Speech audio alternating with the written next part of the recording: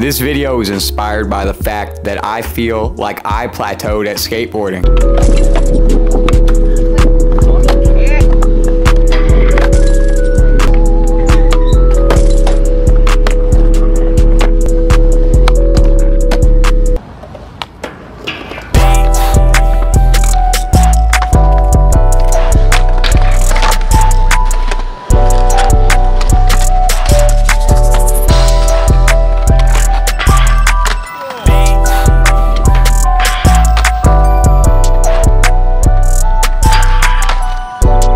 So what I did about it is I analyzed why this is and the decisions that I made to lead to a plateau. And I'm going to be telling you guys, if you're feeling similar, what's causing it and how to break out of it.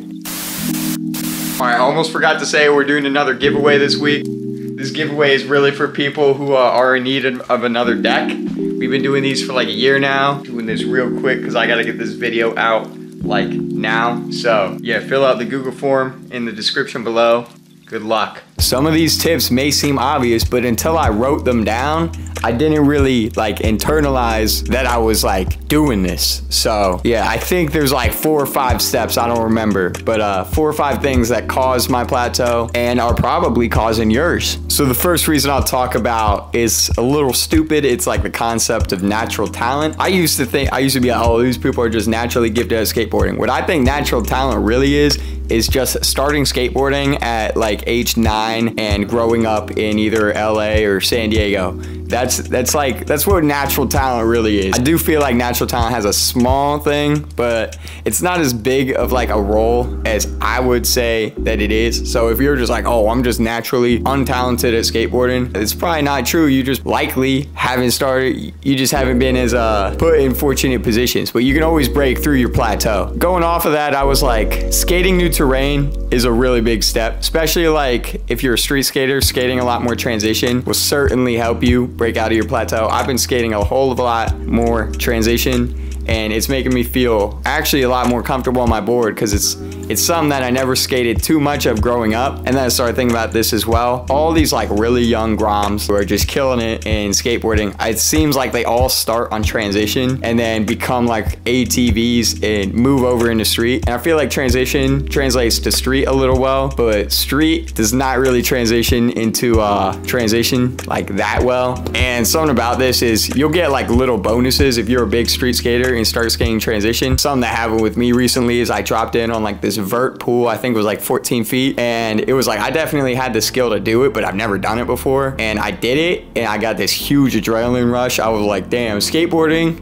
is really fun right now, and I feel like I'm progressing. When you're a beginner, I feel like it's easier to progress quickly, so becoming a beginner again in some, definitely really helpful. All right, a third step that'll definitely help you break out of your plateau is, some people like skating alone a lot, but I think building a community of people that you can skate with is definitely something that's gonna help you break out of your plateau. So a personal story is, if you can find someone who's like a friend, he's just getting into skateboarding, sometimes these friends progress ridiculously fast. And if your friend who's like used to be worse than you starts getting better than you, then that like lights a fire under you. So if you can find a position where you find someone, you're really skating with them a lot, they're a little worse than you, and then you wake up one day and they're just like the best skater you've ever seen, you're like, what the hell, they do this? And then you're like, I can do this. It really helps if you get competitive too, obviously, but yeah, building a community of any sort, if you want to like improve your skill level, definitely helps. When I skate alone, I'm a whole lot more like driven to do it, but I love when I go to the skate park and there's kids that are younger than me doing tricks that I'm like, man, how does he know how to do that? He hasn't been skating as long. So then I'll try it. I don't do that as much anymore, but that used to be a big thing to me, was being pushed.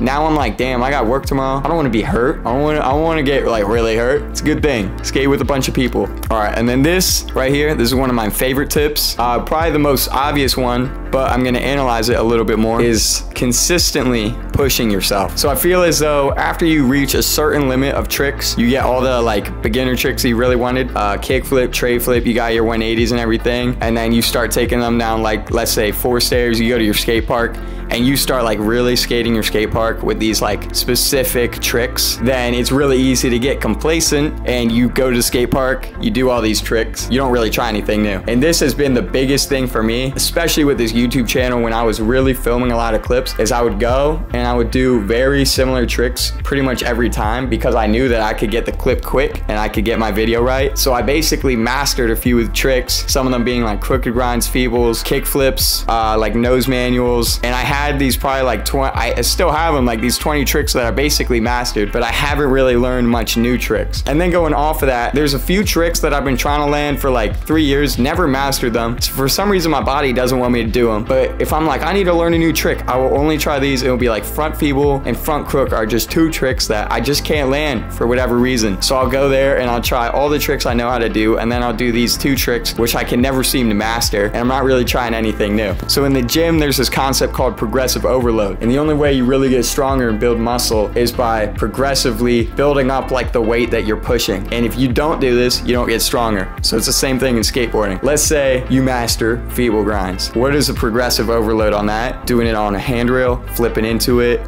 maybe popping over the rail, mid-rail, just anything that makes it harder than it was like the way you have it mastered. Obviously, like with flat ground, I have basically no progressive overload because I haven't learned a flat ground trick in like over a year. So, because I just don't try them. And skateboarding is like, if you don't try the specific things you want to learn, you just won't learn it. It's as simple as that. So yeah, there's nothing wrong with being happy with your set of tricks, but if you want to keep getting better, you have to like purposefully set aside just a little bit of time each day to learn that specific trick. That's really the only way. Progressive overload. So yeah, that's probably my favorite tips. All right, I hope you guys enjoy that. Let me know in the comments below if you guys skate alone or if you like to do it with a group of friends. I'll see you all on the next one. Peace out, mates.